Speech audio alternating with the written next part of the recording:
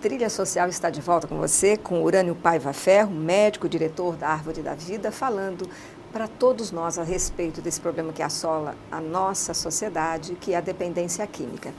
Eu gostaria que o senhor discorresse um pouco sobre a questão do conceito de qualidade de vida, porque é no conceito de qualidade de vida que nós podemos encontrar quais são os comportamentos motivacionais para o ser humano, não é? Por que é que ele procura tanta droga, né? Esse conceito de qualidade de vida, né, é um conceito que hoje está muito mais complexo do que anteriormente. Está inserido nessa contextualização o bem-estar espiritual, o bem-estar econômico, o bem-estar orgânico, né, a própria saúde, porque a gente sabe que a vida é um milagre. A vida é um milagre, né? Com certeza. A gente observa duas pequenas partículas que se unem e transformam pessoas como você, em você, as pessoas que aqui estão. E como o senhor também, uma pessoa maravilhosa. Como nós. E a gente, às vezes, banaliza a nossa vida. A vida realmente está banalizada. E eu digo muito que no estado de Alagoas isso está de uma forma extremamente grave, com essas mortes violentas, né, que está muito inserida nessa questão do tráfico de droga, do uso da substância psicoativa. Mas as pessoas precisam valorizar a vida, porque a vida é uma graça, é um presente. E muitas pessoas não conseguem enxergar, né, esse valor. Começam a enxergar as coisas externas em busca de atividades e muitas vezes esquece até de tomar um copo d'água. É verdade, como a gente estava conversando agora há pouco, né? A importância da água no nosso organismo. Então, verifique o seguinte, quando as pessoas, não existe uma causa básica para que a pessoa vá fazer o uso da substância psicoativa. As causas são multifatoriais, né? O importante é que a gente faça um processo educativo mostrando, né, a gravidade das consequências do uso da substância psicoativa. O senhor acha, então, que a informação ela é importante? O que a gente está fazendo aqui é uma coisa extremamente importante. Eu vou lhe explicar por quê. Chega um jovem de 13 anos de idade, vai para uma festinha com um colega, certo? Chega lá, o colega vai e oferece um baseado a ele, né? Ele não sabe nada sobre o que significa aquilo. Ele meio tímido na festa, não, rapaz, fuma um baseadozinho que você vai ficar mais tranquilo. Ele usa aquele baseado, sente um prazer agradável, que a droga dá prazer, certo?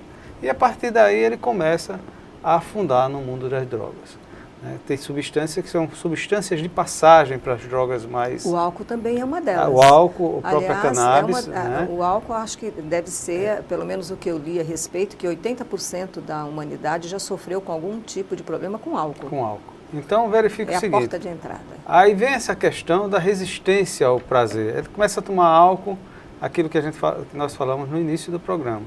Vai criando a resistência e vai diminuindo o prazer. Aí o álcool é fraco, então eu vou para a maconha. Aí acontece a mesma coisa com a maconha, ele termina em drogas mais pesadas. Então veja o seguinte, se ele tem a informação, né, se a gente consegue sensibilizá-lo e mostrá-lo as consequências do uso da substância psicoativa, a gravidade das consequências orgânicas, as alterações orgânicas, né? Você vê, dificilmente um jovem que faz a opção para usar substância psicoativa aos 12, 13 anos de idade, ele consegue ultrapassar os 35 anos. Ele morre antes disso, né? Então, se ele é sabedor de todas essas coisas, possivelmente ele vai ponderar na hora que o amiguinho dele chegar e oferecer a droga. Ele vai ter, pelo menos, a possibilidade de escolher. De escolher. Porque quando ele não tem conhecimento, ele não tem nem possibilidade de escolha, porque ele acredita naquele amigo que está dizendo que aquilo vai lhe dar um bem-estar. Exatamente, Marcelo. E que é bom. Exatamente. Então, a gente precisa fazer essa divulgação maciça, né? E eu faço esse tipo de trabalho, né? Eu reservo parte da minha vida para ir em escolas, ir em sindicatos, ir em locais, fazer palestras, né, na tentativa de fazer uma prevenção, ou que as pessoas tomem mais conhecimento das dificuldades que a droga provoca em comparação com o prazer que ela proporciona. E nós chamamos hoje o Dr. Urânio aqui justamente para mostrar para você, porque ele é um voluntário, ele é uma pessoa voluntária que tem desenvolvido esse trabalho em Alagoas. Você vai ver o endereço dele aqui depois, eletrônico, você vai poder entrar em contato. Ele está à sua disposição para poder fazer uma palestra na sua escola, no sindicato, numa associação, na igreja, onde for, porque ele tomou isso para ele como responsabilidade social, como responsabilidade como cidadão. E é uma pessoa que vem também, fez vários trabalhos com o Maceió Voluntário, Move Paz, trabalhando lá em Paripoeira e Bade São Miguel, falando a respeito da questão das drogas com os professores, para que eles pudessem também repassar esse conhecimento. Entregou as palestras, o seminário todo pronto para que eles pudessem repassar para seus alunos. Isso é uma atitude muito importante, porque às vezes apenas o senhor não pode cobrir toda a nossa Alagoas, porque nós, assim como o senhor, temos várias pessoas que também fazem um trabalho assim. Mas quando nós entregamos, depois que fazemos um trabalho para aquela escola, para aquele professor, ele pode repassar. Isso ajuda bastante. Não tenha dúvida. Precisamos fazer a nossa parte. Com certeza. Se cada um de nós procuramos fazer a nossa parte, nós teremos uma sociedade mais igualitária e justa. E a personalidade do jovem, depois que ele passa a utilizar a maconha, tem uma modificação substancial. Exatamente. A maconha é uma droga desmotivacional, certo? O usuário de maconha, que eu sempre dou esse exemplo, né? Que ele, por exemplo, ele é porteiro de hotel, tá? E ele começa a usar a maconha, ele vai morrer sendo porteiro de hotel, porque é uma droga que não dá impulsão interior para o desenvolvimento. Então, ela é depressora, é isso? Não, a maconha é uma droga alucinógena, alucinógena, certo? Mas ela desmotiva a pessoa para a vida. É como se a pessoa ficasse alienada. Ficasse ali naquele marasmo, naquela nice que eles chamam, né? E ele não consegue galgar postos na vida, certo? Você vê várias pessoas que entraram nesse mundo, né? E que realmente, quando continuaram, não tiveram mais sucesso de vida. Por exemplo, e a cocaína, ela é psicoativa? Ela é uma droga... Porque existe a depressora... Existe a depressora, existe a estimulante e a alucinógena. São 3 tipos de drogas. A cocaína ela é estimulante. A maconha ela é alucinógena. E o álcool é depressor. E o crack? O crack é derivado da cocaína, portanto se torna uma droga estimulante. Estimulante também. Estimula, mas também depois... O crack, a base do crack é a pasta da cocaína. Qual a diferença do crack para a cocaína? A cocaína ela tem o NaCl, que precisa ser uma substância, que é o sal da cocaína, que ela precisa ser retirada para que ela se torne volátil, certo? Então, quando ele se torna volátil, ele tem condições de cheirar. Quando ele cheira, essa substância vai do pulmão direto para o cérebro, que é diferente da cocaína mascada, da cocaína injetável, porque ela demora um tempo cheirada, porque essas drogas elas têm que passar por todo um metabolismo orgânico, essa forma de uso. E a forma inalada do uso dá um efeito instantâneo. Terrível. Entendeu? É justamente o que acontece com o crack. A diferença, o crack é oriundo da cocaína. E o que nos deixa triste é que as pessoas que trabalham, os químicos que são formados, se prestam a esse serviço, né, de buscar algo que vicie o ser humano para poder vender. É uma coisa absurda, né? Fazer disso uma economia. Os próprios usuários sabem disso, né? E eles mesmos já sabem como fazer isso, certo? Então, a maioria dos traficantes sabem transformar a pasta da cocaína no crack, certo? E eles têm, isso é muito fácil realizar, e eles então formatam aquelas pedras para que a pessoa faça o uso. Esse sistema, esses transtornos que causam nas pessoas, além deles destruírem a sua própria vida, porque a partir do momento que ele não tem um comportamento normal, ele não consegue agir como uma pessoa normal. Isso atinge também a família. De que forma que o senhor tem visto as famílias e também na sua clínica, que o senhor tem uma clínica que é involuntária, a pessoa não vai por vontade própria, porque nós temos as clínicas voluntárias que a pessoa, ela usa a droga, ela fala, eu quero ajuda, pelo amor de Deus, me ajuda, eu quero. Aí você leva ela para uma clínica, ou para um local de acolhimento, né, das pessoas que são dependentes químicos.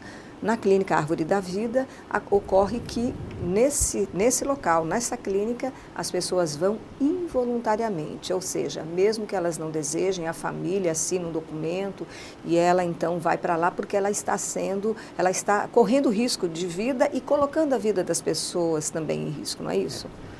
Quando a pessoa faz o uso da substância psicoativa, uma das coisas que mais acontece, que é o relacionamento do cérebro antigo com o cérebro novo, deixa de existir.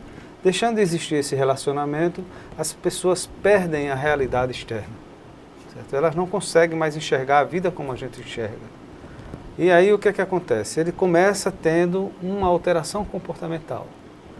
Depois ele continua usando droga, da alteração comportamental ele passa a ter uma comorbidade psiquiátrica, e se ele continuar usando, ele vai se tornar um doente psiquiátrico. Ora, nessa alteração comportamental, quem convive com um jovem usuário sabe exatamente como é difícil. O comportamento do adicto é um comportamento extremamente anormal de um relacionamento familiar. Então a família começa a adoecer também com esse comportamento, certo? E ela desenvolve uma outra doença que nós chamamos de codependência. Quando você parte para tratar um paciente dependente químico, você também tem que tratar a família. Porque quando você não faz isso, os índices de sucesso do tratamento caem assustadoramente. A família também precisa saber lidar com essa realidade. Agora, a clínica, né, ela tem uma ação, porque nós temos as comunidades terapêuticas e temos as clínicas médicas que tratam dependente químico. Essas clínicas são diferentes, elas têm ações diferenciadas. Ações diferenciadas. Essas clínicas não são hospitais psiquiátricos. Houve a necessidade de um ajuste para tratar essa realidade, porque essa doença é uma doença que desde as décadas de 60 que a medicina tem se debruçado em cima dela, de forma que é uma doença nova, certo? Então essa estrutura ela tem que ter uma adaptação diferente de um hospital psiquiátrico e de uma comunidade terapêutica. Porque o usuário de crack, se você chegar para ele e dizer, você quer se tratar? Ele vai dizer, eu quero me tratar. Mas ele vai para o espaço de tratamento, não passa 15 dias. Entra em abstinência e sai de lá para voltar para o uso. Na clínica ele não sai, ele tem que passar o período de 6 meses para passar por todas as fases da abstinência. Tanto a abstinência psicológica como a abstinência orgânica. Sendo que a abstinência orgânica é a primeira que acontece. Quando a droga sai, todo aquele processo que houve de alteração para desenvolver a homeostase orgânica, ele deixa de acontecer. Então o organismo vai voltar para a sua normalidade. Então ele sofre processos dolorosos, processos de funcionalidades orgânicas totalmente diferentes da normalidade. Precisa do médico para poder então fazer esse tratamento. E é por isso que nós, do Maceió Voluntário e o programa Trilha Social também, ofereceu para o nosso querido Urânio Paiva esse grande selo pacifista Francisco de Assis, 2013. Pode deixar a sua mensagem. Eu agradeço imensamente poder estar aqui com você, Maristela, também a população toda, a todos aqueles que estão nos assistindo, né, que eu me coloco à disposição para trabalhar essa realidade. Eu me preocupo muito com o que está acontecendo no estado de Alagoas. Existem hoje quase cerca de 170 jovens na idade de 12 a 29 anos de idade que estão morrendo por mês. É como se um avião da TAM caísse no estado todo mês. Nós precisamos, então, transformar esse estado num segmento onde a paz possa ser reinada. E como cidadão, como alagoano, como marceoense, estou à disposição da sociedade para, então, alavancar esse tipo de trabalho. Muito obrigado por estar aqui com você. Tá, muito obrigado também. E a semana que vem estou esperando vocês de novo aqui no Trilha Social.